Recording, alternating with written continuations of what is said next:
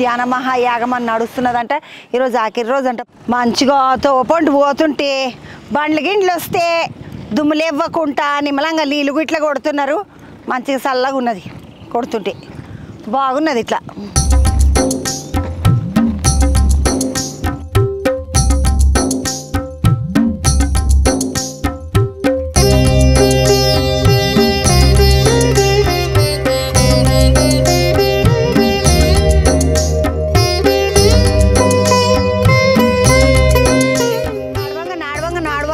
ఒక 2 కిలోమీటర్లు అయితే అనిపించింది నాకు. ఎందుకంటే నాకు నేను 2-3 కిలోమీటర్లు అయితే నడిచేస్తా. ఈడికెంచి షూర్ ఉన్నదిగా. ఈడికెంచి పబ్లిక్ చాలా మంది కనబడుతున్నారు. చిన్న చిన్న దుకాణాలు ఉన్నాయి, టిఫిన్ సెంటర్లు ఉన్నాయి. అవతల బాంధుకి ఏమో షాయి పెట్టిండ్రు. షాయి ఎంట సిరికి చూస్తాం కానీ మొదలైతే నేను ఏమని చెప్పినా మీకు అందరికీ అది పిరమిడ్ ఉన్నదా అంట. అది మొత్తం పబ్లిక్ అంతా బాగానే వస్తున్నారంట, ధ్యానం చేస్తున్నారంట అన్న కదా. నాడు ఉండిపోదాం ఆడికే.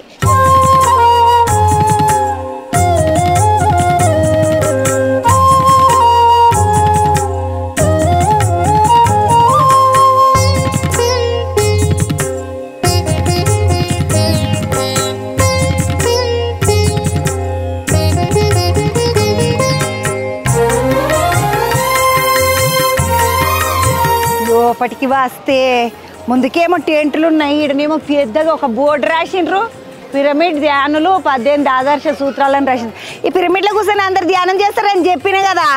ధ్యానాన్ని అందరి చేత చేయించడం, విశేషమైన ఆసనాలు, క్లిష్టమైన హఠయోగ ప్రాణాయామాలు ఏమాత్రము లేవు. యోగాసనాలు గీతగాసనాలు పెద్ద పెద్దగా ఏసుడు, సౌండ్ ఏసుడు అసొంటివి ఏముండయి అంట. ఇలా కష్టంగా అయ్యేటి ఏముండయి. రెండోది ఏంటంటే సరైన ఆత్మవిశ్వాసాన్ని అందించే పుస్తకాలను, ఉదాహరణకు Swami Rama, Yogananda Paramahansa, Osho, Rampa, Castaneda, Jane Robert, Annie Besant, Deepak Chopra ఇత్యాది గ్రాండ్ మాస్టర్ల గ్రంథాలను అధ్యయనం చేయడం.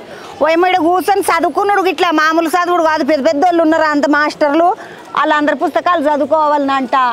ధ్యానంలో వచ్చే అనుభవాలను ఇతరులతో పంచుకోవడం, అలాగే అందరి ధ్యాన అనుభవాలను శ్రద్ధగా వినడం. ఎప్పుడు మనం ముచ్చట ఎప్పుడే కాదు, వాళ్ళు చెప్పిన ఇట్లా వినాలంట. ఎందుకంటే ధ్యానంలో ఒక్కొక్కలే కనిపిస్తుంది కదా. అట్లా వాళ్ళకి అనిపించినవి పక్కోళ్ళకి ఎప్పుడు పక్కోళ్ళు అనిపించినవి వాళ్ళు కూడా ఈనుడికి ఇట్లున్నది. నా లెక్క నా ఒక్క ముచ్చటనే కాదన్నట్టు. వీలైనంత వరకు మౌనాన్ని అలవర్చుకోవడం, అనవసరమైన ప్రాపంచిక మాటలు సంపూర్ణంగా నిషేధం. మాటలు తక్కువ అంటే మనకు కష్టమే కానీ చూడాలి ఎట్లయితుందో మరి. పౌర్ణమి ధ్యానం తప్పనిసరి, ముఖ్యంగా సామూహికంగా పౌర్ణమి ధ్యానాలు చేయడం.